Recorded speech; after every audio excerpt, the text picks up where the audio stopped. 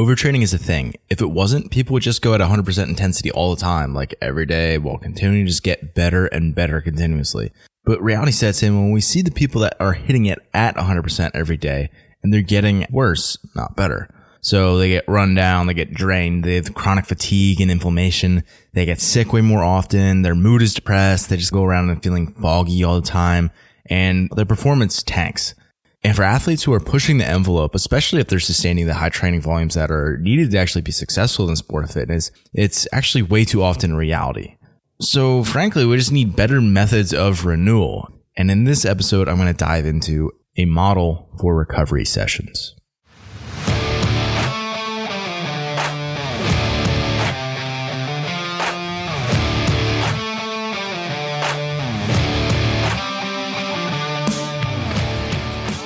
The Fitness Movement is brought to you by Zor Fitness. We offer coaching and individualized program design, as well as educational content for coaches and athletes.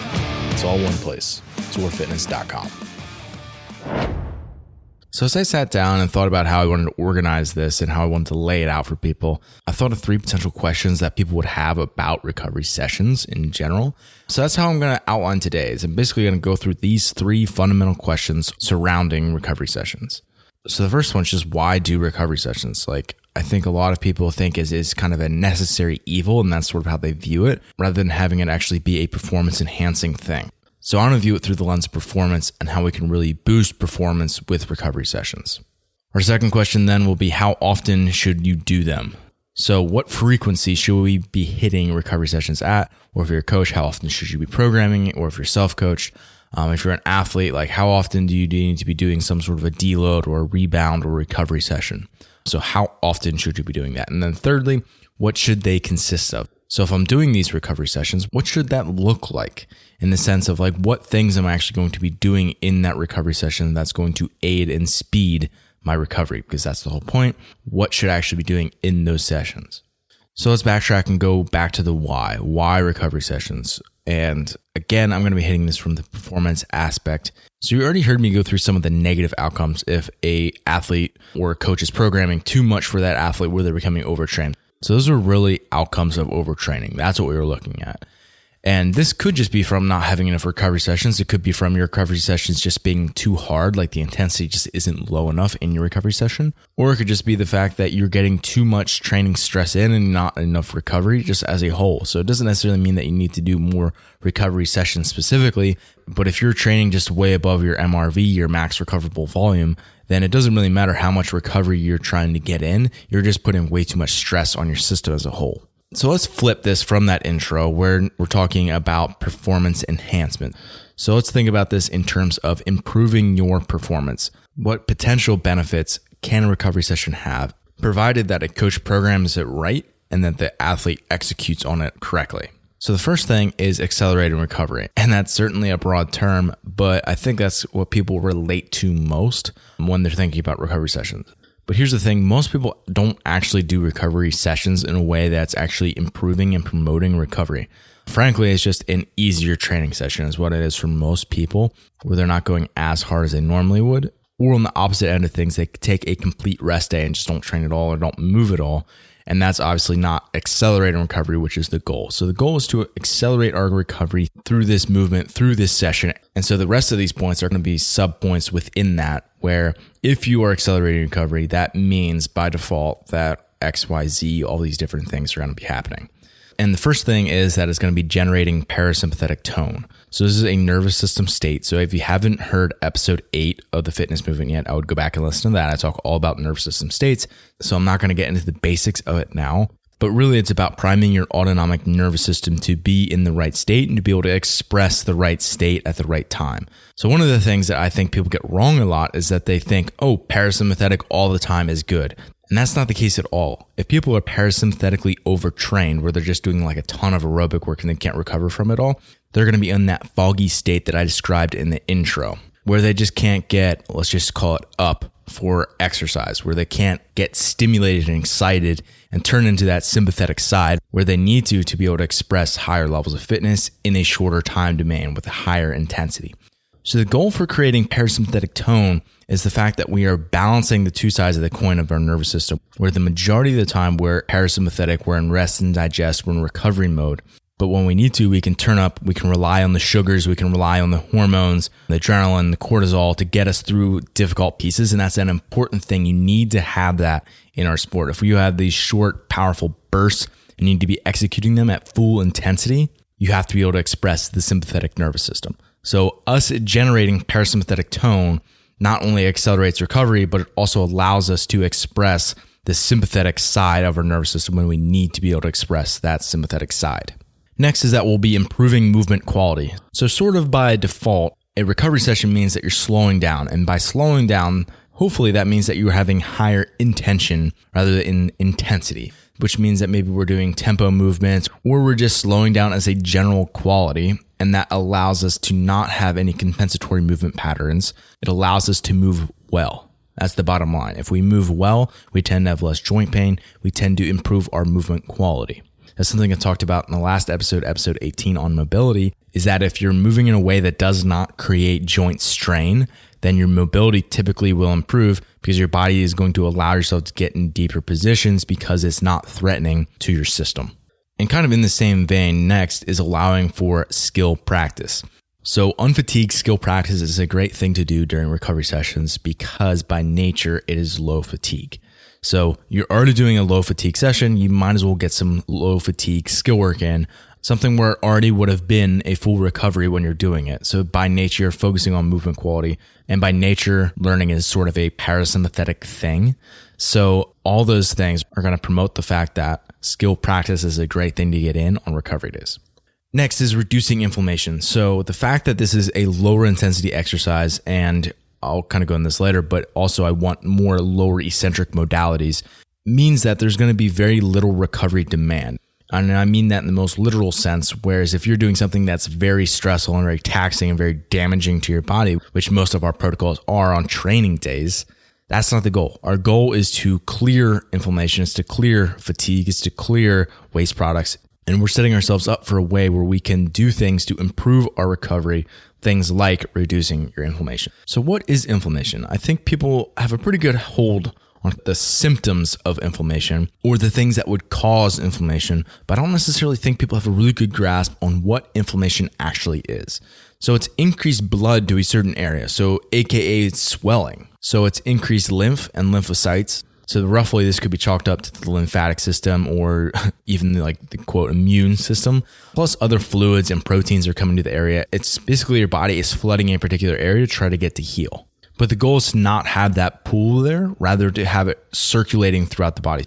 So when we're talking about increased circulation, which is definitely one of the benefits of recovery sessions, that's going to be one of the things that impacts inflammation because we're pushing these fluids around the body, and that's what you want. You want things to return back to the heart and move throughout and flow. So when we talk about blood flow or lymph flow, that's actually really tied in with inflammation. So if we can get more steady blood flow, more steady lymph flow, and again, I talked about in the Hold Your Breath episode how that's tied into breathing. Just getting yourself to breathe more and rhythmically in a recovery session is actually going to boost recovery, even if you weren't moving. So let's just say that you were just laying and doing static breath work. You're still getting some blood flow. You're still getting some lymph flow because your respiratory muscles are massaging blood through all your visceral organs. But we're also using the muscle pump where by contracting your muscles rhythmically, it actually helps with venous blood flow return and all these other aspects of recovery. And the other good news, if we circle back around to parasympathetic activation, that by definition means that we are going to be more anabolic. So think anabolic as in like muscle building. So there's going to be more protein synthesis. There's going to be more repair to our damaged tissues. This could potentially be growing muscle mass. And by switching into rest and digest, that's just kind of a simple way to describe it. By switching into that mode, that by definition means that we are more anabolic. And by definition, that means that we're not catabolic, where the structures of our body aren't breaking down. Another way to say that would just be, let's just call it repair mode. And as part of repair mode, we could say this is increasing your immune health. So I'd already talked about the lymph and the lymphocytes. So this is really tied into your immune function as a whole. And by increasing parasympathetic tone, the immune system gets upregulated. And if we take this as a big picture and we zoom out, so overall, what's going on? Overall, you're improving your longevity in the sport and frankly, your body as a whole. Like, you only have one body. You have to live with it your whole life. So if you're constantly beating yourselves down, your joints hurt all the time, like, even if you are still improving, that's just not ideal for what you want to be as a human over the course of your entire life. Like, just because you're in your teens, 20s, or 30s now does not mean that you're going to be there forever. At a certain point, you're probably going to pivot or move on. And when you do that, you want to have a body that's actually fully functioning and that can adjust and adapt to whatever you're exposing itself to at that time. If you can't go and do stuff that you want to do because you're beat up from doing functional fitness, then it's definitely not functional and you're just competing in a sport. And that's okay if you just want to compete in the sport, but do that in a way that's mindful and allows you to move on when you want to move on and have a body that's going to promote that process. So that's the why of recovery sessions. Now let's answer how often. So how often should you do recovery sessions? First of all, I'm going to say this depends on 4 different factors. Number 1 is your biological age and your training age. So how old you are and how long you've been training for. Athletes who have lower biological ages and higher training ages need less recovery sessions. An athlete who is in higher biological age and a lower training age is going to need a lot more recovery sessions because they recover a lot slower from the damage that they do. So if we have a teen athlete who's been working out their whole life, they probably don't need nearly as many recovery sessions relative to a master's who just started and really didn't do much prior to getting into the sport of fitness. Our next factor, number 2, is going to be lifestyle factors. So let's just call this things like sleep, nutrition, hydration status, the level of stress that you have. And I've mentioned this before, but often people who are older, having a higher biological age, have more lifestyle stress and often get less sleep, which, like I talked about in 009 on masters athletes, that's a big part of why they're not actually recovering the way that they should be. Number 3 is the type of training that person is doing in their sessions, in their hard sessions. What are they doing? And what is the duration of these sessions? So if a person isn't doing a ton of sessions and they're not super long, they're not as stressful. Versus if we have someone who's in there hitting it hard every day, doing very stressful training pieces and working out for a much longer period of time, they're just going to have more fatigue that they're going to have to be recovering from. And the best way to do that is through recovery sessions. So if we have one athlete and they're just doing CrossFit classes, and we have someone else who just their exercise is walking, and we have another person who would just be doing something like functional bodybuilding, we have another person who's just solely doing weightlifting, all of those are going to have different SRA curves, stimulus, recovery, adaptation. So the way that your body adjusts to that training stressor changes based on what that stressor is. So I like to think about training like digging a hole. You are literally digging a hole in the ground, you're putting in the work, but until that actually gets filled back in, and then you can actually pile more dirt on top of that wasn't there before, that's recovery. So digging the hole is just the stimulus. It doesn't mean that you're getting any better. It's just when you fill all of that back in that you actually get better. You actually get weaker during a session. That's why people don't keep lifting heavier and heavier weights as they get tired. They get weaker and weaker throughout their session. They're breaking down. And it's not until you actually recover and get stronger and adapt to that you're getting better. And then number 4 is the person's goals and desired time to peak their fitness. So if we have a person who is identifying as a competitive athlete, that means by nature that they compete. And if they compete, that means they're competing on a particular day. So in other words, they need to peak their fitness on X date, and then they might have some time off, but then they have another time where they can, again, peak their fitness on a specific date. And they might want to do that over the course of several years, but that's still different from someone who's just trained to be generally fit, because that person, they want to be fit for their entire life, or that should be the goal for that person. So their desired time to peak, let's call it their golden years. So again, the time that person wants to peak their fitness matters a lot for how many recovery sessions they might be getting, as well as how many hard sessions they're getting. So to not be vague about this, I want to go through 4 different avatars, starting at a novice trainee and moving through to an elite athlete. And I outlined these 4 avatars because I think most people are going to be able to align themselves generally with one of the 4 and be able to get some takeaways from it. So let's think about our novice trainee. So for example, let's just say this is a personal training client, an in-person personal training client, where I see this person and train with them maybe 2 or 3 days a week. I'm certainly not going to take those days easy because I only get to see them 2 or 3 days.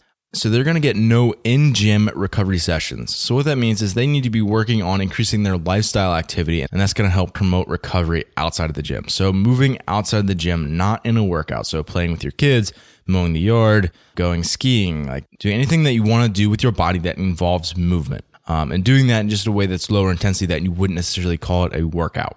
So depending on your frequency, you might not build in any recovery days, and that's something that will be perfectly fine. As long as you're still moving with high intention when you're in the gym and doing things where you can learn fundamental movement patterns, doing things where you can refine your movement and having high intention in your workouts, then I don't see that being an issue at all. Let's move on to the next person. So the next person, let's just call them the fitness enthusiast. So this is a person who's probably going to be GPP. So let's just say that they're in the gym 5 to 6 days per week. So this is someone who most outsiders would look at this and see this person as very dedicated and potentially an athlete, but they're not competing. So that's where I'm drawing the line here. So they do CrossFit classes or they follow some sort of blog style workout. So of those 5 to 6 sessions that they have, 1 or 2 of those should be recovery sessions. And then the other one should be spent moving outside of the gym. So just like the novice trainee, no different than that. And by the way, I would include that across the board. I want everybody out of the gym at least one day. So here this person's actually getting some focused recovery session work in the gym. Let's go up to the next level. Our next level is a high level hobbyist. So this is someone who is a competitor. So for this person, they're spending 5 or 6 days per week in the gym. And let's just call it maybe 1 or 2 of those days being double sessions where they do an AM and a PM. So somewhere in the neighborhood of 7 to 8 sessions per week. So again, I recommend at least one of those days being outside of the gym where you're doing a lot of lifestyle movement, just movement that's occurring organically in your life. But I would also make 2 sessions recovery sessions. So let's just say we do it on the double days. Each of those AM sessions are recovery sessions, and then you can hit 1 harder session throughout the week. And by the way, this is assuming that this is an athlete who competes in the sport of fitness. If this is someone who's maybe running full time and that's their thing and that's what they're competing for, that's a different scenario because they have very singular training priorities. So like someone who's preparing for a 5K, you know exactly what you're doing. And basically all your stressful training is going to be running. Whereas if we have someone who's competing in the sport of fitness, they have to get better at weightlifting. They have to get better at gymnastics. They have to get better at their cyclical work. They have to get better at metcons in the sport. So the number of training priorities that a person needs in a given week is just so much higher in the sport of fitness. Obviously, you still have to balance the volume as a whole, but just to think about it in terms of the broadness of the training priorities is a very helpful thing to do. And then lastly is the lead athlete. And let's just call this a perennial games athlete, where you know the names of these athletes. They go back year after year after year. This is their full-time job. This is what they do. That's not to say that they don't know any of their stressors or things going on. Like they still have to maintain relationships with sponsors and promote their content. So doing things like social media or YouTube. They likely still have to do a lot for their own nutrition prep. They likely have to pay an individual design coach. So there's still a lot of moving parts and they still have a lot of lifestyle stress, but they are dedicating a lot of their time to training for the sport of fitness. So let's just say this is in season because it's much more intense and it much more reflects what we're going to see in order to run in towards the games versus out of season where they might have taken 3 or 4 weeks off before coming back into the gym at all. So they might be completely off. So I want a really good snapshot of their actual training and building up and starting to build volume, build intensity where you're going to compete. So for this athlete, it's going to be 6 days per week in the gym. And I think that's probably still pretty common for most games athletes, unless they feel an obligation to go in that 7th day where they're in every single day. Most of them are taking time off. And even if they are going in 7 days per week, it's not an intense 7 days per week every week. For this athlete, they're doing 2 or 3 sessions per day. So typically like a AM, noon, PM sort of schedule. And obviously that can vary the times and based on that, the athlete's preference and what their demands, their schedule are. But this is typically anywhere from like 12 to 18 sessions per week, especially as they're gearing up towards the sectional or the games. So for that athlete, with you getting up to 12 to 18 sessions per week, I would say at least 5 of those sessions would probably be easy, relatively non-stressful work. So I'll go into what that's going to look like right here in a second, but thinking about out of those 12 to 18 sessions, probably at least 5 of them being recovery sessions where it's non-stressful work. So as a general rule of thumb, if we look at these 4 categories, you can see that basically I would recommend taking a recovery session or a lower stress session every 1 to 2 hard sessions that you put in. So if you go Monday, Tuesday hard, take an easier day on Wednesday. If you go Thursday, Friday hard, take an easier day on Saturday. So practically this might look like 2 on 1 off where you're taking 2 hard sessions back to back and then a recovery session. The issue with that is that it's a 6-day cycle and it's not going to land on the same day of the week every time. So your recovery sessions won't be on the same days of the week just because it's a 6-day cycle in a week of 7 days. So what a lot of people end up doing, spreading out that first 2 days to 3 days. So it's maybe a Monday, Tuesday, Wednesday are all harder sessions, maybe not killing it every single one of those, but more stressful sessions on those 3. Take a recovery day on Thursday. Friday, Saturday are harder training days, and then Sunday is out of the gym completely, rest or active recovery day. So that's a 3 on, 1 off, 2 on, 1 off. That's the cycle, and it's a 7-day cycle, so it's a very sustainable. And that usually works for most people's schedules, because if people are religious or they're just family oriented, they often want to take off on Sundays anyway, so that works out really well. And that's how I program for most of my athletes. If they're in that neighborhood of 5 to 7 sessions per week, having a Thursday recovery day and a Sunday rest day works really well. And that's actually why I put our Rest Day Reads newsletter on Thursday. So if you're subscribed to that newsletter, by the way, I'll put that in the show notes at sorefitness.com/podcast/019. You can always subscribe to the newsletter there. That goes out on Thursdays. So it's the Rest Day Reads newsletter. So that's why it's called that, if you don't know why that's called that. Because the people that are getting that newsletter that I program for are often taking a recovery day on Thursday. So the long and short of it is, I don't necessarily think there's a wrong way to do it as long as you're actually taking recovery sessions. That's the biggest thing. If you are actually taking recovery sessions, then you're okay as long as you're mindful about that process and actually making sure you take the recovery and the rest that you need. And then lastly, what? So what should we be doing on our recovery sessions? So what should the sessions consist of? So I'm going to go through 5 different elements that your recovery sessions could include: skill practice, aerobic work, movement training, body maintenance, and mobility work. And in general, I would recommend hitting some of the things that the sport of fitness doesn't hit consistently. So I actually wrote an article. It's called Neglected Areas in CrossFit Training, Movements, Muscle Groups, and Energy Systems. So I will link to that article in the show notes, sorefitness.com/podcast/019. So I would definitely recommend that. That'd be a great place to start and get some info about what you can actually be putting into your recovery sessions. But I'm also going to go through each of these 5 points here and talk about each one for a little bit. So let's start on skill work. The biggest thing with skill work is that it needs to be unfatigued. It's going to be high intention. And it's going to be low intensity. It's also going to have low mechanical and metabolic demands. So at no point are you loading the tissue really intensely or are you creating a ton of fatigue. That's what I mean by mechanical and metabolic. So some things that might be good ideas to include here, stuff like handstand work, bar facing burpee footwork, where you're not doing reps quickly or under fatigue, but rather you're practicing on your positioning, your consistency, your footwork, your timing, your efficiency overall. We can focus on your rowing technique and sequencing. So thinking like legs, hips, arms, in the technique of how you're actually pulling on the rower, and positional work. So maybe you're doing positional breathing on different positions in the rower, or maybe it's hanging from a barbell and doing positional breathing. Whereas maybe it's weightlifting barbell technique where you're doing like snatch pulls or clean pulls and going through ranges of motion slowly and reinforcing the correct bar path. It could be things like triple pause, split jerks with just empty barbell. All of those would be great ideas. Some things that might be bad ideas might be lots of double unders or rebounding box jumps where someone's knees or ankles or soft tissue just gets really beat up from that. That might not be a good idea. Same thing with like muscle up or chest bar practice. If someone doesn't have the strength, well, then it's strength work and that doesn't really belong in recovery day. Or they don't have the positions to do it, and then that's just going to place a lot of joint strain. Or the person actually already has that, and then they just need to accumulate volume and more density, and then either of those aren't appropriate either. So again, we can think about this in a lot of different ways, but thinking about what would be good or bad for skill work to be placing into a session. Next is aerobic work. So the biggest thing here is that it's very easy. The biggest mistake I see is people prescribing aerobic work, which is great for recovery days, but just doing it in a way that the intensity is too high. So as a general rule of thumb, I would recommend going below 60% of your max heart rate. So for me, my max heart rate is 190. So that means that on my recovery days, I need to stay below 114 beats per minute for me, which is a very easy pace. It typically ends up being somewhere around 30 seconds slower than your 5K row pace per 500 meters.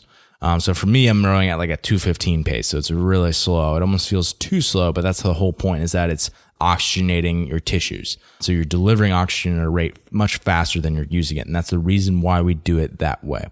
So besides the low intensity, I would also want it to be low eccentric. So low eccentric modalities, so things like holds, because they're isometric. And by nature, if something's isometric where it's not moving, there's no lowering phase. And that's what the eccentric is. And also things like carries. So like farmer's carries, front rack carries, overhead carries. And then the one that most people think of is ergs. So assault bike, rower, skier, all these different tools are really low eccentric.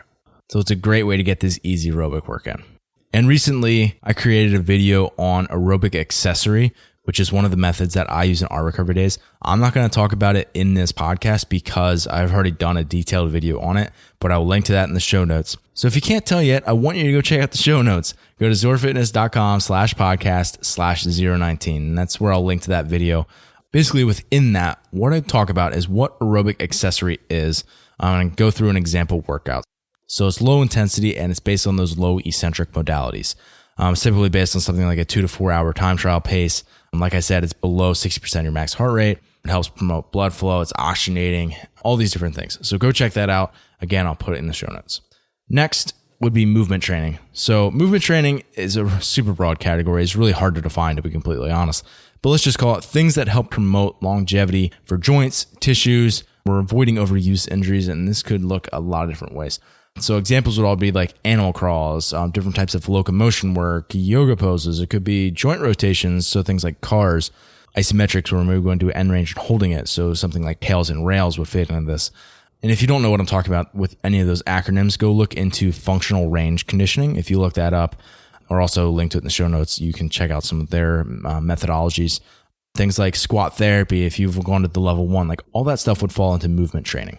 Next is body maintenance, where this is traditionally thought of as like massage, where you're on the foam roller, you're floating, doing cupping, cryotherapy, acupuncture, all of those different things. But it also could be any sort of accessory work where you're promoting tissue recovery. So maybe you're doing rotator cuff strengthening or labral prehab or crossover symmetry work or core work like planks or like McGill's Big Three, stuff like side planks, bird dogs.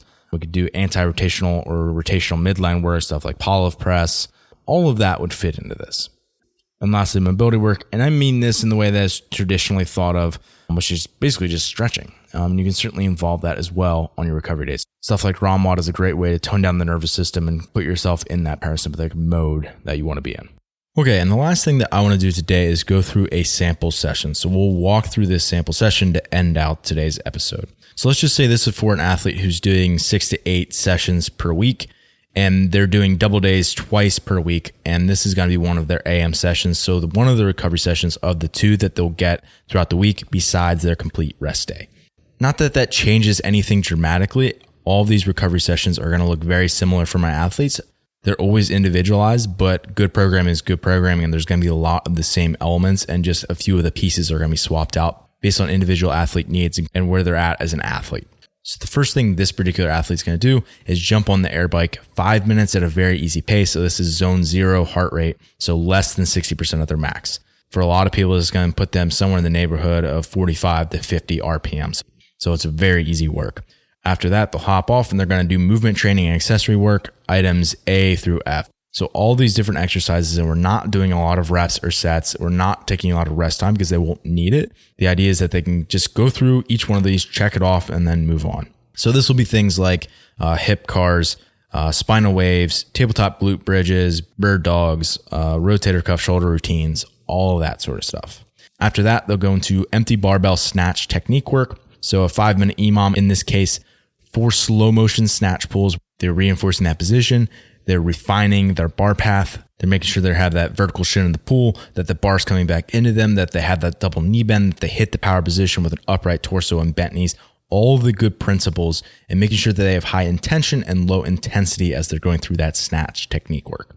After that, we'll go into some basic aerobic function work. So this is going to be 1 minute, 1 minute, 1 minute of 3 different exercises, and they're going to repeat this 3 times. So this is 9 total minutes. So not a lot of work here. A 1 minute walk on the air runner, a 1 minute ski erg at their 10K time trial pace, and a 1 minute air bike at 50% of their 10-minute test average wattage. After the basic aerobic function work, they're going to hit some mobility to finish out the session, a 3-minute frog stretch, so hitting the adductors and groin, and then ending out with a 2-minute couch stretch per side, mainly targeting the quads and hip flexors there. So that would be their session. The whole thing will probably take them in the neighborhood of 30 to 40 minutes, depending on who this athlete was. And then they're out of the gym. So the goal for these recovery sessions is to get in, get the work done, and to get back out again, and having the athlete feel better when they leave than when they came into the gym. I hope today provided you with a model for recovery sessions. Thanks for listening today. If you're someone who just started listening to the show, I would encourage you to subscribe so you can stay up to date. If you're someone who's been listening for a while, I would encourage you to rate and review the show. And lastly, the best thing that you can do to support our work is also the best thing that you can do for your performance. And that is by hiring one of our coaches. Until next time, stay the course.